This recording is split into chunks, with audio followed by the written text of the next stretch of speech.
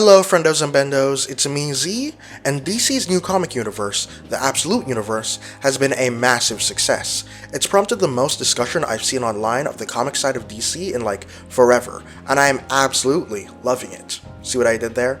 So, I decided to make a video on the state of the Absolute Universe and what might be coming next, as we move past the half-year mark since the universe's start in early October with the DC All-In Special issue and Absolute Batman.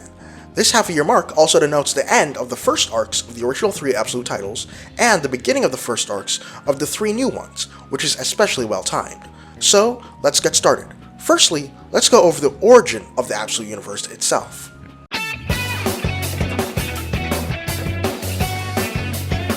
Okay, so, the Absolute Universe first appears at the end of Dark Knight's death metal, all the way back in 2021. It's presented as a primordial and still unfinished universe that has become the center of the multiverse, and it is dubbed the Elseworld, or the Alpha World. It is until the recent DC All-In Special where we see it again. You see, in DC Comics, the multiverse is built on the power of hope, identified as Superman energy. What this means is that there is an in-continuity reason why the good guys always win and the bad guys always lose. It's a fundamental part of existence. But of course, Darkseid, the literal god of evil, thinks this is bullshit. So, he merges with the Spectre, gets himself killed by the Justice League, and uses the fallout from all of this to then merge with and essentially become the god of the Elseworld, making it fully formed and making it run off its own energy of despair rather than hope, which other universes run on, turning the Elseworld into the Absolute Universe, a universe where everything is out of whack as our heroes lose support systems and resources they normally have, forcing them to fight harder than ever before to win. Okay, now that we know what the Absolute Universe is, let's get into the characters and their stories.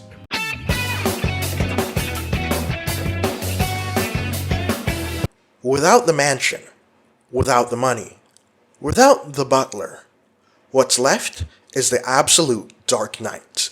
That is the premise of Absolute Batman by Scott Snyder and Nick Dragotta, which at the time of this video being made has 7 issues out. In the Absolute Universe, Bruce Wayne is not the son of rich parents. Instead, Martha Wayne is a social worker and Thomas Wayne is a teacher, so Bruce is far from wealthy. You've got a job as a teacher. Why do you need more money? But Bruce, just like in the main universe, is incredibly smart, and wins a youth engineering contest with the prize being a class field trip to the zoo. But unfortunately, that's when tragedy strikes, as the zoo becomes the location of a mass shooting by Joe Chill. Several people die, including Thomas Wayne, who was chaperoning Bruce's class. This moment sets Bruce on his path to becoming a hero, as he trains his mind and body to the best of his ability with the resources he has available to become the vigilante Batman, to stop crime in Gotham so no one suffers like he or his father did. And holy shit, does Absolute Batman do this in the best way possible. Snyder and Dragotta used the idea of Batman without wealth to an amazing degree. Bruce is a fucking tank of a man, because he has to rely on his ability to deal damage and take hits a lot more without advanced technology as a crutch in combat. This also extends to his suit, which is a walking artillery. His cape is a huge highlight, able to extend and retract to help in fighting or climbing. His ears are the batarangs because he can't mass produce them. There are retractable spikes everywhere. The bat symbol is an axe because he just can't afford for the suit to have any superfluous elements, and Batman fights with everything he has at his disposal in the environment. Like, he is a combat machine that takes in creatine and spits out vengeance. I think my favorite part about Absolute Batman has to be just seeing the different ways he manages to one-up the insanity factor of his fights in between each issue. This is a comic of just pure fun and creativity, and it just doesn't stop at Bruce himself. Bruce's friends, who he's known since childhood, are the characters who are normally villains. Waylon Jones, who is normally Killer Croc, doesn't have his reptilian skin condition, so he runs a gym. Harvey Dent's still a regular lawyer. Oswald Cobblepot is at the bottom tier of the criminal underworld. Edward Nygma is a massive nerd. And they all have known each other and have hung out since they were kids, and I really like it. It's nice seeing all these characters interact as friends, but there's also the mystery factor of us knowing how they are in the main universe and wondering if they'll stay good guys in this one. Alfred in this universe also isn't the Wayne Butler. Instead, he's an MI6 agent who comes to Gotham and eventually teams up with Bruce to help him combat a giant criminal conspiracy. The criminal conspiracy being directly related to the Absolute Universe's Joker, who's kind of an evil mirror to mainline Bruce Wayne, as he's a billionaire and trained with the same people who trained Bruce in the main universe, before then killing them. This includes the League of Assassins, by the way. which would have already hyped up Absolute Joker as a colossal threat if we didn't also know that he was behind the main villain of the first arc, Black Mask, and that he was creating prison black sites with unknown purposes called arcs all over the world, with the newest one being Arc M in Gotham. You know, like Arkham. It's funny. Anyway, he also seems to feed on babies, which, is also pretty fucked up. All of this just leads to Absolute Batman feeling like such a fresh, ground-up reinterpretation of the character. Reinterpretation? Fuck me. Feels like a ground-up reinterpretation of the character, while still keeping those elements that keep Batman feeling like Batman. He's still strong and smart, but he's also an underdog who has to fight tooth and nail to get every advantage he can in a cruel world that seeks to destroy him and those he loves, and it's just so exciting to read every month and see what happens next. No wonder Snyder originally wanted to call this book Batman AF, because it really is Batman as fuck. There's just no other way to describe it.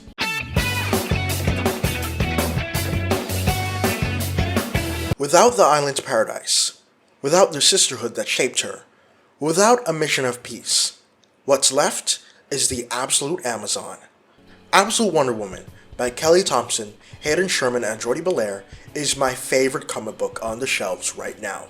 Period. If you're a channel regular, you already know how much I love Wonder Woman.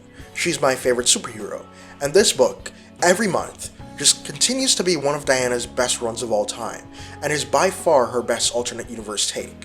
Diana is the last Amazon, after the rest of them were wiped out by Zeus as punishment for their defiance. Cersei, who is still a powerful witch like in the main universe, in this universe is trapped in the underworld, and is given Diana by the gods to raise. Originally not enthused by the idea, Diana's natural compassion, loving spirit, and absolute adorableness ends up softening Cersei's heart, and forges them a true unbreakable mother-daughter bond.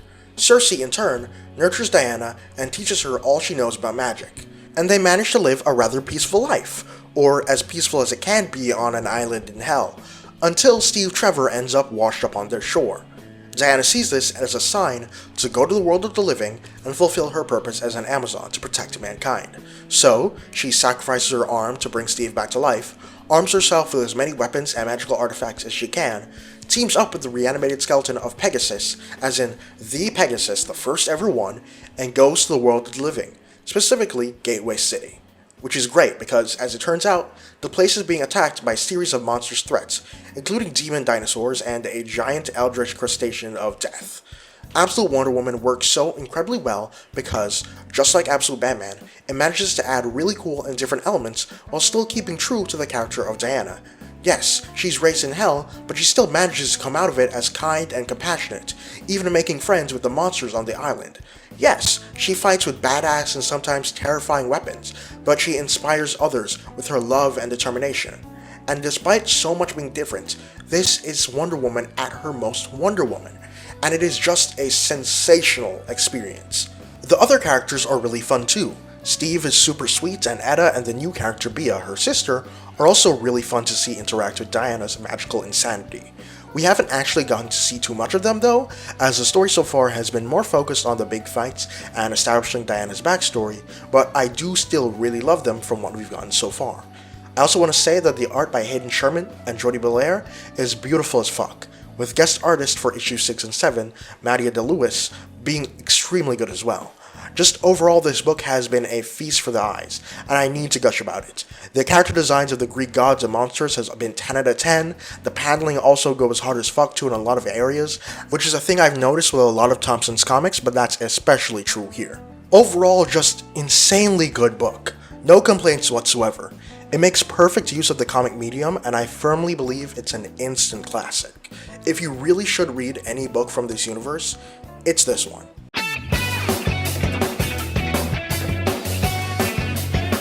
Without the fortress, without the family, without a home, what's left is the absolute Man of Steel.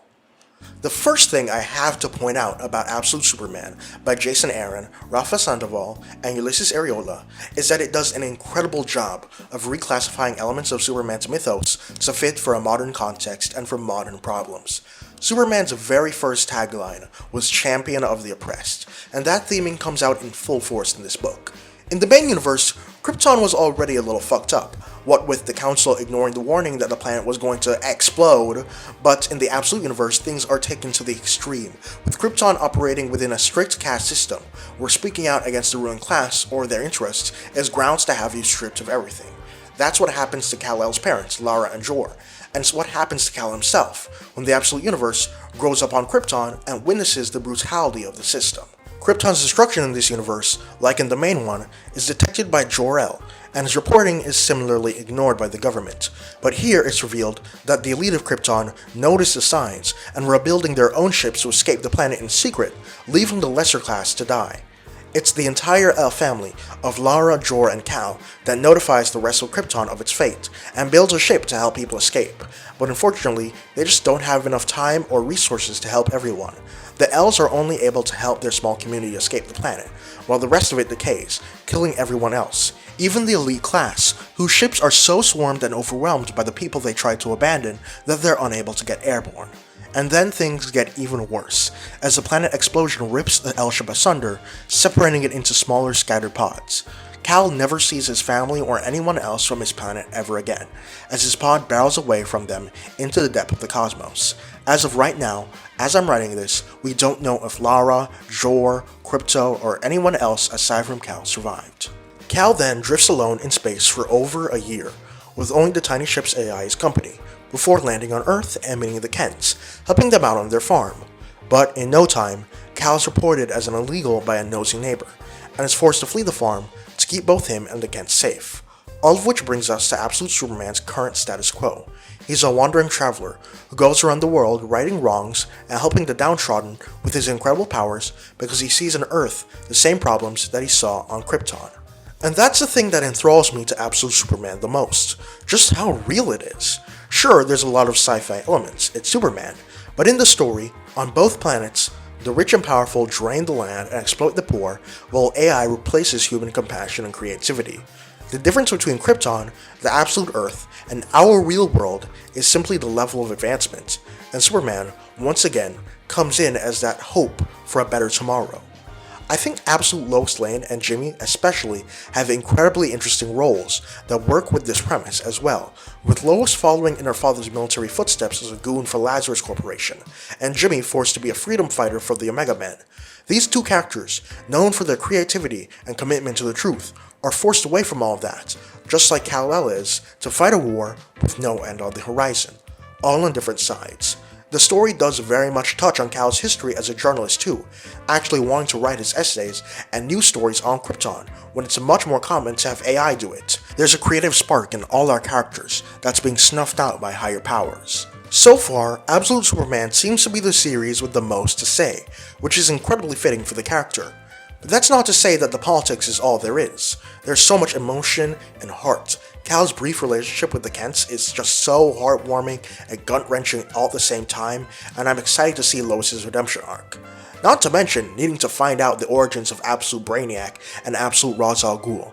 I know some people don't like Ra's being made into a Superman villain, but I think Ra's shtick of wanting to violently destroy the status quo to rebuild it in his image in what he believes will be a better society is perfect contrast against Superman, who believes that to make a better society, what you need is altruism, which I just think is a really neat dichotomy.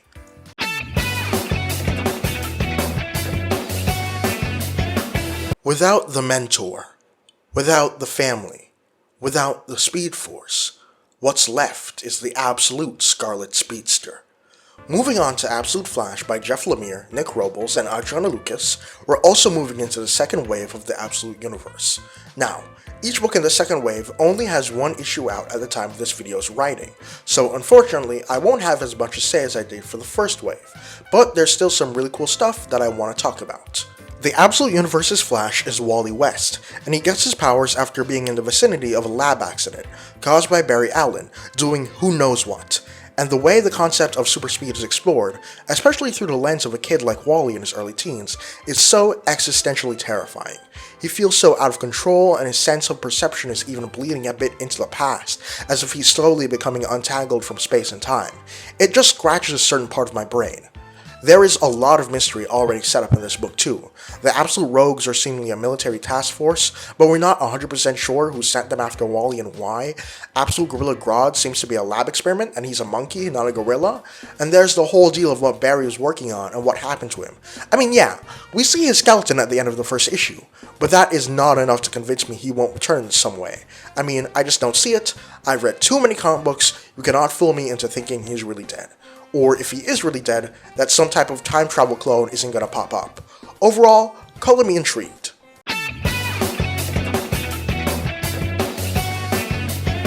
Beyond Mars, beyond physical form, beyond human understanding, all that's left is the ultimate alien. While Absolute Wonder Woman might be my favorite Absolute book so far, Absolute Martian Manhunter by Dennis Camp and Javier Rodriguez undoubtedly had the best first issue of the entire line, and if it continues at the current quality, it might very quickly become my favorite Absolute book and ongoing comic. The art by Rodriguez is just mind-blowing. Some of the pages of the first issue had me flabbergasted at just how good they looked. It just is perfect for the vibe Dennis Camp is going for. So I'm really glad Camp said he'll be making sure that Rodriguez is the artist for every issue, with no fill-ins. Speaking of Camp, holy fucking Hera, he is quickly becoming my favorite modern comic book writer. This book, The Ultimates, and Assorted Crisis Events have all astounded me with just how well they use the medium of comics in combination with their incredible writing. The messages Camp uses in his comics are so well executed. Absolute Martian Manhunter recontextualizes the character as two characters. John Jones, FBI agent, has his consciousness fused with an extra-dimensional entity who grants him telepathy, or Martian vision. This telepathy is visualized through the ability to see smoke coming off of people, and where there's smoke, there's fire. Everyone has a fire inside of them. They have lives and history and problems, and sometimes that fire becomes too intense and they explode, as we see both literally and figuratively with the suicide bomber Mike Miller, a relatively ordinary man driven to an extreme and violent act. His fire burned too hot. By the way, Mike Miller, for those of you not in the know, is actually a character in the regular universe too, a Martian Manhunter villain, known as the Human Flame. Yeah, I just love how this series transforms the Martian Manhunter's iconic weakness to fire into a visual metaphor for the depth of human experience, which is just a perfect theme to explore with a telepath character. Just, man, I cannot wait for more of this book.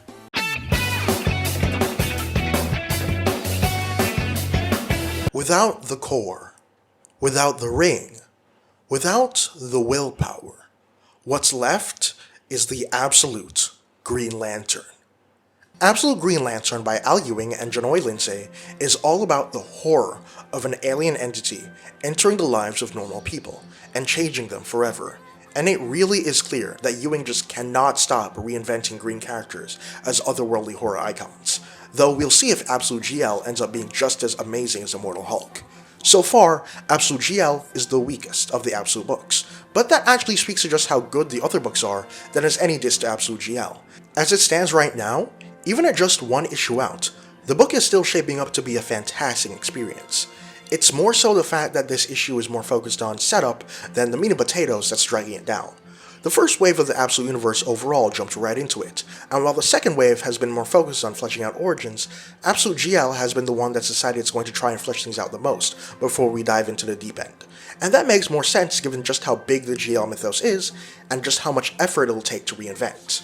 The plot so far is that the Green Lantern, a giant alien artifact, drops right onto the town of Evergreen, and along with it comes Abin Sur, who gives Hal Jordan the Black Hand, a power of incredible destruction, and tells him that he must be without fear. Jo Mullein, meanwhile, gets the more classic Green Lantern powers, though, despite her seeming to be the actual main character, she only shows up for a bit in this first issue, in a flashback and at the very end. Jon Stewart appears for a bit as well, and Guy Gardner is mentioned, so overall the Green Lantern cast that we know and love already has a bunch of members in this book. I think while I'm more excited for Martian Manhunter's second issue, I actually think I need to read the second issue of Green Lantern the most. I just need to learn more about the specifics of what happened in Evergreen, how and why the characters got their powers, and just what everything we've seen so far means. Ewing does a very good job of setting up an intriguing mystery. Cool detail, by the way, the Black Hand and the Green Lantern don't seem to affect anything that's yellow, which is really cool since that was the original weakness of the Green Lantern ring when the concept was reinvented for the Silver Age. I just really like this addition.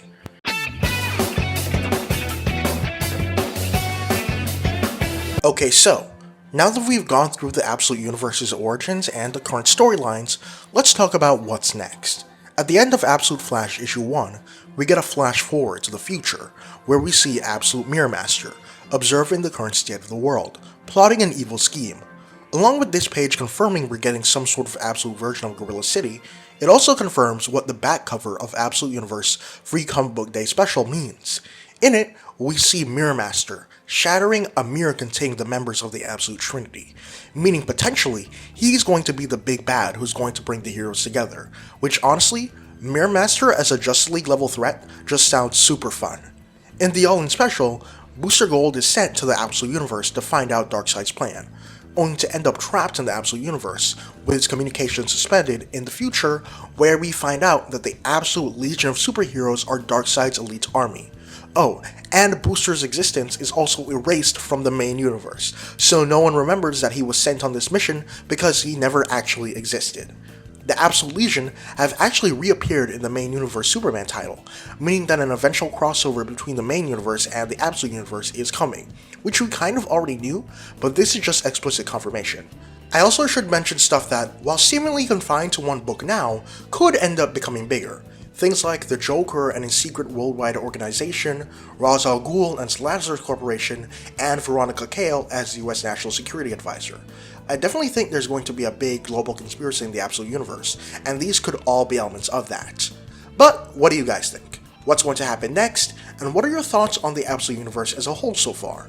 This has been me, Z, and I've had an absolutely great time. See you when I see you. Bye.